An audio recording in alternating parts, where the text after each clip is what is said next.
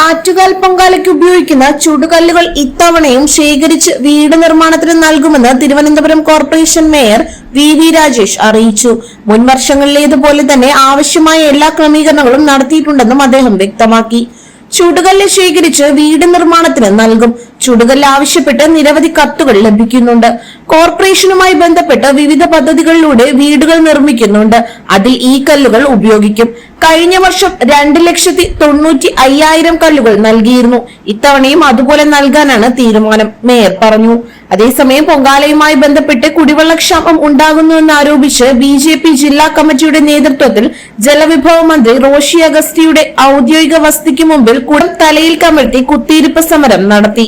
പൊങ്കാല ദിനത്തിൽ ആരോഗ്യ സേവനങ്ങൾ ഉറപ്പാക്കുന്നതിനായി സമഗ്രമായ ഒരുക്കങ്ങൾ നടത്തിയിട്ടുണ്ടെന്നും ആരോഗ്യമന്ത്രി വീണ ജോർജ് അറിയിച്ചു. ജില്ലാ മെഡിക്കൽ ഓഫീസറുടെ നേതൃത്വത്തിലാണ് ക്രമീകരണങ്ങൾ ഒരുക്കിയിരിക്കുന്നത്. പൊങ്കാല ദിവസം 10 കേന്ദ്രങ്ങളിൽ മെഡിക്കൽ ടീമുകളും ആംബുലൻസുകളും സജ്ജീകരിച്ചിട്ടുണ്ട്. കൂടാതെ രാവിലെ 5 മണി മുതൽ പൊങ്കാല അവസാനിക്കുന്നതുവരെ 108 ആംബുലൻസ് സേവനങ്ങൾ അടക്കം അടിയന്തര വൈദ്യസഹായങ്ങൾ ഒരുക്കിയിട്ടുണ്ട്. അതിവേഗ സഹായത്തിനായി 4 ബൈക്ക് ഫസ്റ്റ് റെസ്പോൺസ് ടീമുകൾ, Gurkha ambulance, bike field ambulance എന്നിവയും വിന്യസിച്ചിട്ടുണ്ട്. ജില്ലാ മെഡിക്കൽ ഓഫീസിലും ക്ഷേത്ര പരിസരത്തും പ്രത്യേക കൺട്രോൾ റൂമുകൾ തുറന്നിട്ടുണ്ട്. കളക്ടറേറ്റിലെ കൺട്രോൾ റൂമിലും ആരോഗ്യ പ്രവർത്തകരെ വിന്യസിച്ചിട്ടുണ്ടെന്ന് അധികൃതർ അറിയിച്ചു.